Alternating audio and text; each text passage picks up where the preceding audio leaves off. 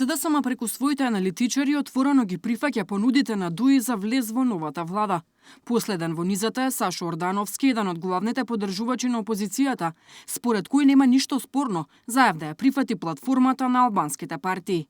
Крајот ќе си го добие мандатот втората поголемина партија во собранието, таа ќе и пристапи на ДУИ, бидејќи таква е математиката, ќе се побара поддршка и од другите, веќе се усогласуваат ставовите, гледате како се кристализира гламурозната платформа, се распадна, се сведе на 4-5 применливи точки, нема ништо спорно во тие точки, без разлика на драмите што се обидуваат да ги Содржината на платформата, која јас се обидувам да не ја коментирам, е направена таква да биде неприфатлива за ВМРО, односно да ВМРО има доволно отстапка и оправдување заради тоа што ќе оди во опозиција, а истовремено таму нема речиси ништо спорно за СДСМ да направи влада со ДУИ. Ордановски не е првиот аналитичар под капата на СДСМ со ваков став.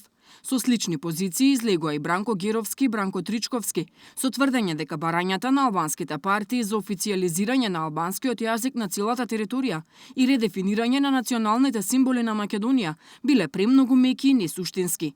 За разлика од ваквите искоординирани позиции, косовскиот новинар и сопственик на најчитаниот албански медиум во регионот Берат Бужала, во својата последна колумна, јасно ја анализира политичката состојба во Македонија.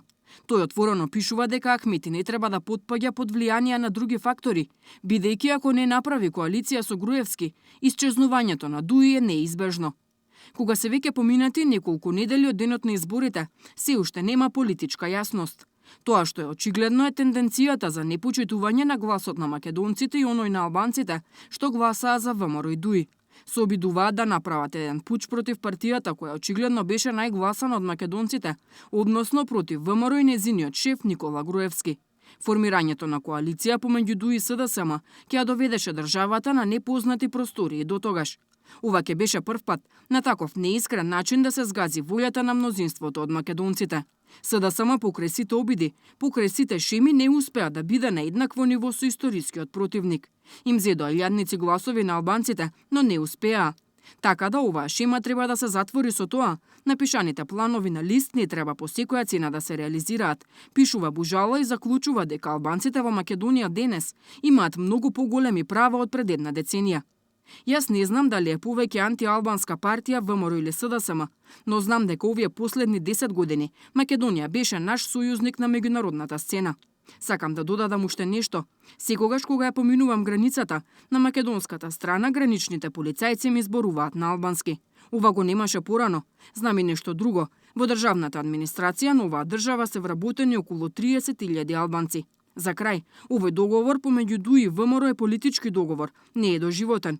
Во секој момент штом не се исполнуваат условите од договорот, тој може да се прекине. Во договорот треба да се вклучат партиите кои добија мнозинство гласови од двете етнички популации во Македонија. Другиот дел потоа е пропаганда, невладина организација, непотребен морал, пишува Бужала во својата последна колумна. И одговорниот уредник на телевизија Сител Драган Павловик Латас во својата колумна анализира дека ВМРО-ДПМН е еднакво доминантна и силна партија и на власт и во опозиција. Евентуалното коалицирање помеѓу СДСМ и ДУИ на штета на македонските национални интереси би предизвикал гнев меѓу македонците кој ќе резултира со огромна поддршка за Груевски на следните избори. Затоа прва опција е коалиција на ДУИ со ВМРО. Втора, вонредни избори заедно со локалните кои би се одложиле за некој период, а дури трета опција за Ахмети е само уништувачката варијанта – коалиција на СДСМ со ДУИ. Се што бара ДУИ, ветува Ахмети, е уставна категорија со потребни 2/3 мнозинство во парламентот, а тоа зависи од Груевски и ВМРО. СДСМ не може ништо, ама баш ништо да даде од она што Ахмети го бара. Тогаш и нема многу дилеми околу одлуката што следи наскоро. Што и да биде ќе биде вонредно, заклучува Латас во својата колумна. И додека СДСМ за цело време молчи, ВМРО-ДПМН излезе со јасен став дека независно од исходот на преговорите за формирање на новата влада, партијата цврсто стои на заложбите за унитарна држава и заштита на уставниот поредок на Македонија.